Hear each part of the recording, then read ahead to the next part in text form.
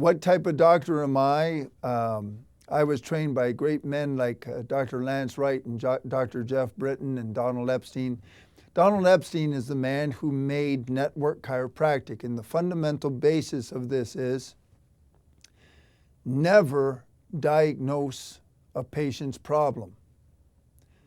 Because, doctors didn't make human beings. God did, or the universe, or however your belief system wants to run it. A higher power, something else made it. We didn't make ourselves. So with I'm 57 years old. I've studied 41 years. So with all my enormous genius, I'm going to tell you exactly what's going on in your body with all your trillions and trillions of cells, taking care of everything without you even being aware of it. No, what I do is, what a high-end healer does is, we're like communications officers. We just make sure that the brain and the body is in real good communication. And that communication system, it's an oscillating system. It works with vibration, with photons of light, with different types of vibration. Like for instance, C2 in your neck might not be talking to S in the sacrum. And a doctor like a really high-end network doctor, he can feel that or see that. And just with little light touches, we put an impulse and then the brain goes, oh, and then those two bones start oscillating and talking to each other. When they do, all of the spine in between starts talking. And it's like taking a big building like a skyscraper, turning all the lights on. Now, their innate intelligence knows what to do. It starts to heal itself.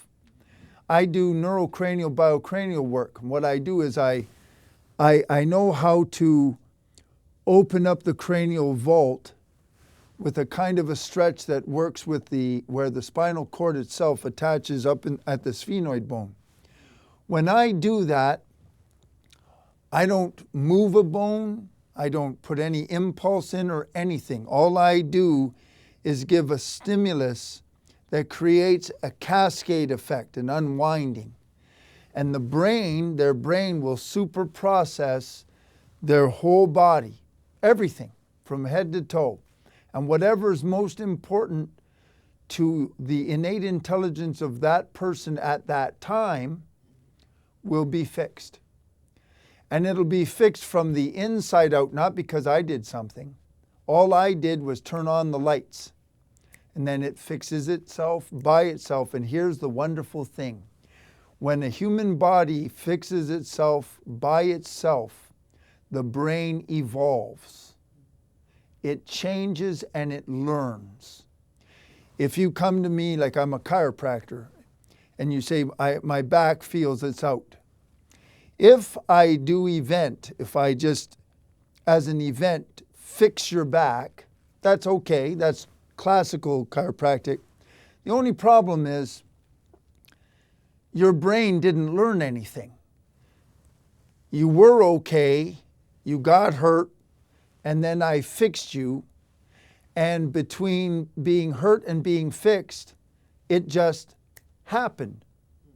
Sort of like, let's say you were going to drive me to your home.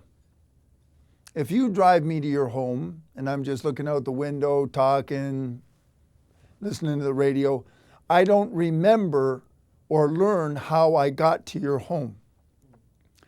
If I have to drive to your home, I learn something from the actual journey.